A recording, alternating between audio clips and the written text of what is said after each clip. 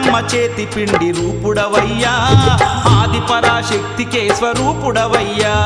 పార్వతమ్మ చేతి పిండి రూపుడవయ్యా